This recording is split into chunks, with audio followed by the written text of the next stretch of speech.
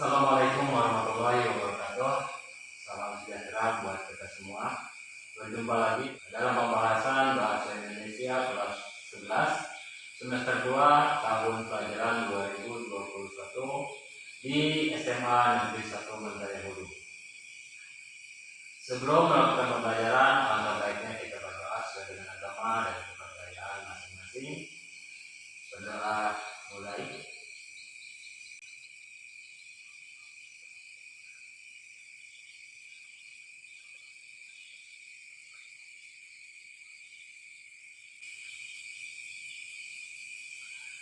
Baik, kita lanjutkan. Sebelum melanjutkan, silakan kalian persiapkan dulu bahan-bahan pembelajaran kita pada kesempatan kali ini. Buku catatan, buku bacaan dan semacamnya, agar lebih mempermudah kalian untuk mengikuti pembahasan kali ini. Sesuai dengan bab 6 yang berjudul proposal untuk kegiatan-kegiatanku, pembelajaran kali ini akan saya sampaikan tujuan pembelajaran. Ada 5. Yang pertama, menunjukkan informasi-informasi penting dalam suatu proposal, terutama terkait dengan tujuan dan kepentingan penyusunannya. Yang kedua, menjelaskan isi proposal dan melengkapinya dengan memperhatikan struktur serta ciri-ciri kebahasaannya. Yang ketiga, menjelaskan isi dan memerinci struktur serta ciri-ciri kebahasaan suatu proposal. Dan terakhir, menyusun proposal dengan memperhatikan kejelasan isi, kelengkapan struktur, dan ketepatan penggunaan bahasanya. Itulah 5 tujuan dalam pembelajaran kita kali ini. Tentu kalian sudah paham dengan pengertian proposal. Proposal adalah rencana kegiatan yang disusun secara baik secara kelompok maupun secara individu. Kegiatan-kegiatan yang perlu disusun proposalnya adalah kegiatan-kegiatan yang penting. Misalnya untuk melaksanakan lomba, untuk melaksanakan kegiatan di sekolah, perpisahan, maulid nabi, pertandingan dan semacamnya, perlu dibuat proposal yang tujuannya ada beberapa tujuan pembuatan proposal. Di antaranya bisa untuk memperoleh izin, mengumpulkan dana, untuk mendapatkan bantuan dan semacamnya. Setelah kalian membaca materi pada bab 6 ini, tentu kalian sudah memahami bagian-bagian proposal. Yang akan dijelaskan di sini, yang pertama, proposal itu harus memperhatikan beberapa bagian dalam penyusunannya. Namun, kalian juga perlu mengetahui bahwa proposal itu dibagi menjadi 2 bagian. Yang pertama ada proposal berupa kegiatan dan proposal berupa penelitian. Silakan baca contoh proposal yang ada di buku kalian. Melengkapi proposal. Dalam pembelajaran sebelumnya, tentu Anda sudah memiliki dan memilih informasi penting yang ada dalam suatu proposal, termasuk struktur dan ciri-ciri kebahasaannya. Ciri-ciri kebahasaan dalam pelajaran bahasa Indonesia selalu diperhatikan, karena setiap kalimat, setiap tulisan yang kita bikin pasti memiliki ciri kebahasaan tertentu. Bahasa puisi, bahasa cerpen, bahasa surat, itu bermacam-macam ciri kebahasaannya. Nah, dalam proposal, ciri-ciri kebahasaan juga sangat diperhatikan. Terkait dengan keberadaan suatu proposal, kita perlu memperhatikan aspek-aspek berikut. Ya, dalam nanti kalian akan membuat sebuah proposal yang harus diperhatikan, silakan dibuka di buku kalian. Yang pertama adalah susunannya. Susunannya harus sistematis, mulai dari latar belakang sampai terakhir. Yang kedua, kelengkapannya. Dalam proposal itu ada strukturnya, ada bagian-bagian. Jika tujuan kalian membuat proposal untuk tetapi tidak lengkap, otomatis kalian tidak akan mendapatkan izin atau kebingungan apa yang kita sampaikan tidak jelas. Yang kedua, kepentingannya. Untuk apa kita dan kenapa harus dibuat proposal tersebut? Dan itu harus diperhatikan. Jika untuk kegiatan-kegiatan kecil, ya, tentu tidak perlu dibuat proposal terlebih dahulu. Yang ketiga, sesuai. Ya. Yang keempat, kesesuaiannya. Jadi proposal yang kita buat itu harus sesuai. Tidak mungkin proposal untuk meminta dana atau mengumpulkan dana kita gunakan untuk melakukan sebuah penelitian. Itu harus sesuai. Dan yang kelima, jelas, semuanya jelas bahwa rencana kegiatan kita itu betul-betul penting, betul-betul butuh perhatian dan semacamnya. Berikutnya, bagian C, menganalisis proposal. Nah, proposal berdasarkan contoh dan definisi proposal yang telah kita pelajari pada bagian sebelumnya, dapat diketahui bahwa isi sebuah proposal berupa usulan kegiatan. Jadi usulan kegiatan, misal kalian anggota Karang Taruna ingin mengadakan lomba kesehatan, lomba kebersihan, ingin mengadakan apa saja yang khalayak ramai, karena itu suatu organisasi, jadi perlu dilakukan atau perlu dibuat sebuah proposal kegiatan kalian. Misal untuk mendapatkan izin dan mengumpulkan dana. Adapun pemerincian informasinya bergantung pada jenis kegiatan yang diusulkan. Proposal untuk kegiatan penelitian memiliki beberapa perbedaan dengan proposal berbakti sosial, proposal kegiatan perlombaan ataupun dengan proposal untuk kegiatan-kegiatan lainnya. Ya, berbeda sekali, ada perbedaan antara proposal penelitian dan proposal kegiatan. Apa sih proposal penelitian itu? Proposal penelitian, misalnya dengan situasi sekarang ini yang berada di dunia virus corona. Kalian ingin meneliti apa penyebab virus corona, apa obat virus corona atau vaksinnya apa dan semacamnya. Misal kalian juga ingin melakukan penelitian apa efek dari terlalu banyak bermain gadget atau gawai atau main game dan semacamnya. Apa efeknya? Kalian ingin mengetahui, kalian penasaran. Nah, kalian bisa mengajukan sebuah proposal penelitian kalian tersebut sesuai dengan apa yang kalian pikirkan, apa yang terjadi atau fakta yang terjadi dan kalian ingin mengetahuinya. Itu jenis proposal penelitian. Proposal penelitian sangat wajib atau penting dilakukan oleh seorang mahasiswa mendapatkan untuk nanti membuat skripsi dan semacamnya. Baik, kita masuki bagian kedua, yaitu struktur proposal. Berdasarkan struktur ataupun susunannya, proposal dibentuk oleh bagian-bagian berikut. Baik, apa saja bagian-bagian proposal itu? Dibagi menjadi dua. Yang pertama adalah pengenalan masalah atau kegiatan yang di dalamnya meliputi latar belakang masalah, tujuan, ruang lingkup, manfaat, dan kerangka teori yang mendasari adanya masalah kegiatan tersebut. Nah, ini biasanya bagian kepala ini yang kerangka teori tadi merupakan bagian dari proposal penelitian.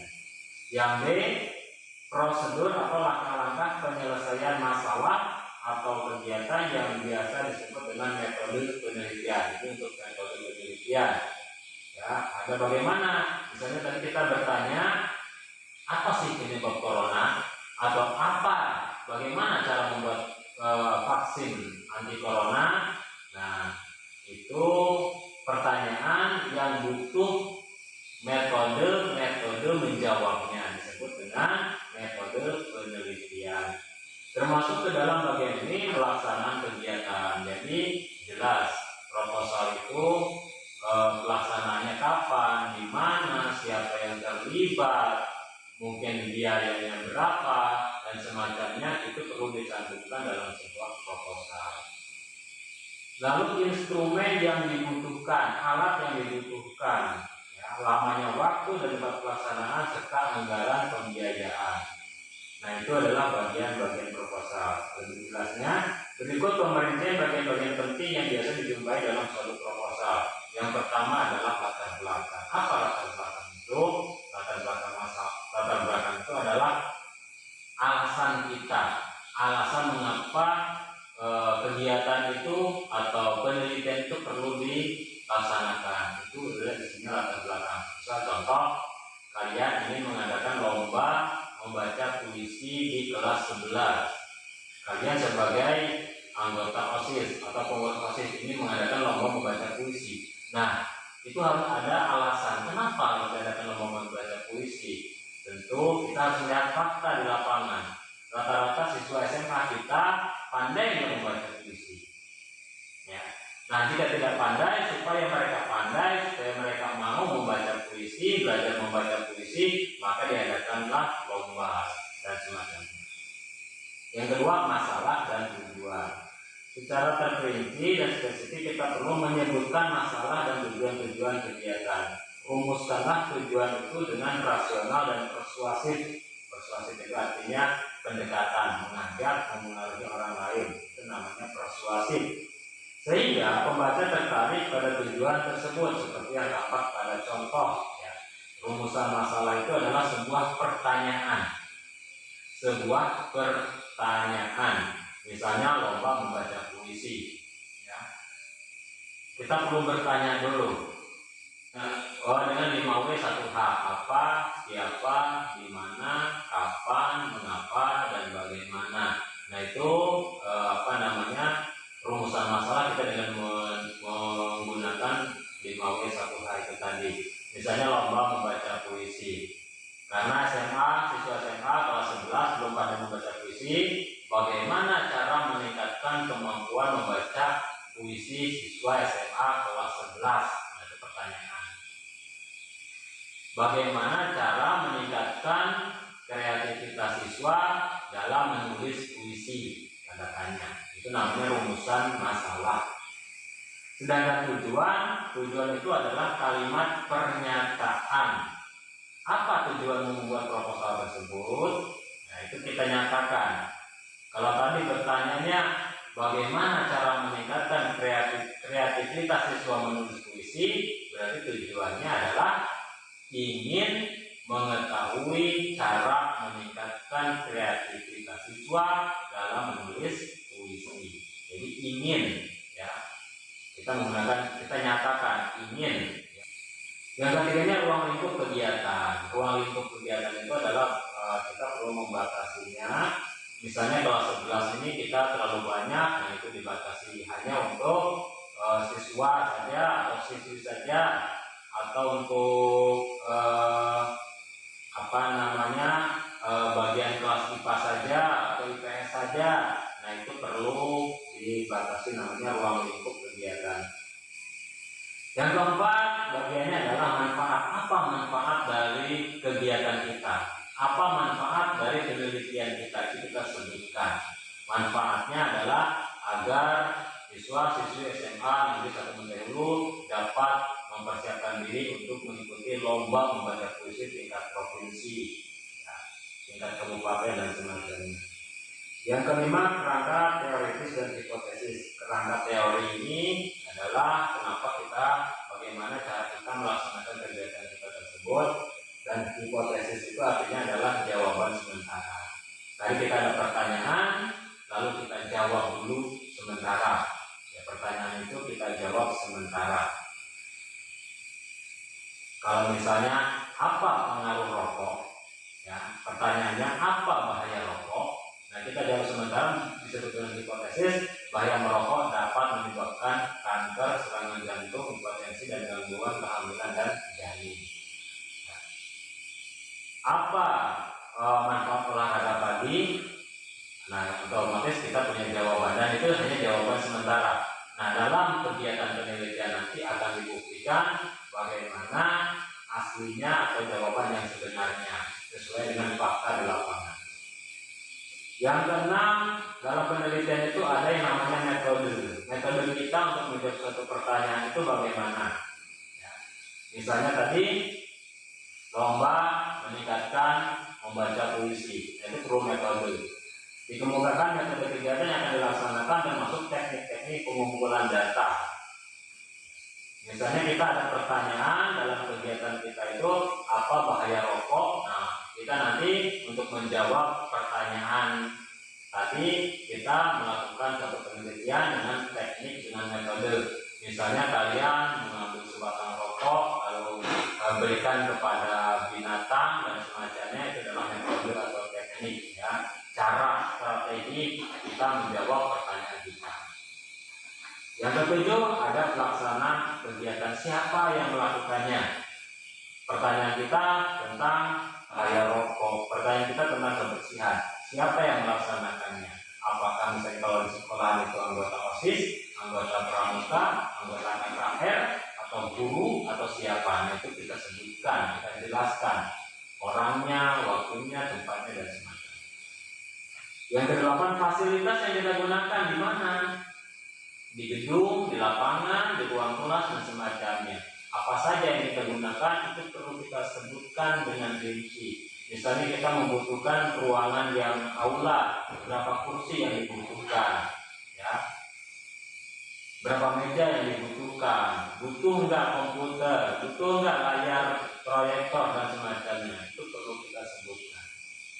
Yang kesembilan, lama waktu atau jadwal kegiatannya. Otomatis ini suatu kegiatan itu butuh waktu, kapan dilaksanakannya, ya, bulan berapa, tahun berapa, jam berapa, dari kapan sampai kapan, itu perlu kita sebutkan. Dan yang terakhir, pembiayaan. Setiap kegiatan membutuhkan biaya. Usahakan satu kegiatan mencari biaya yang semurah-murahnya, ya, atau seringan-ringannya, tidak menjadi beban penelitian kita. Baik, itu saja pembahasan kita di bab 6, proposal untuk kegiatan-kegiatan Bu. Mudah-mudahan bermanfaat. Jika ada kekurangan dan kelebihan, mohon maaf. Saya akhiri. Wabillahi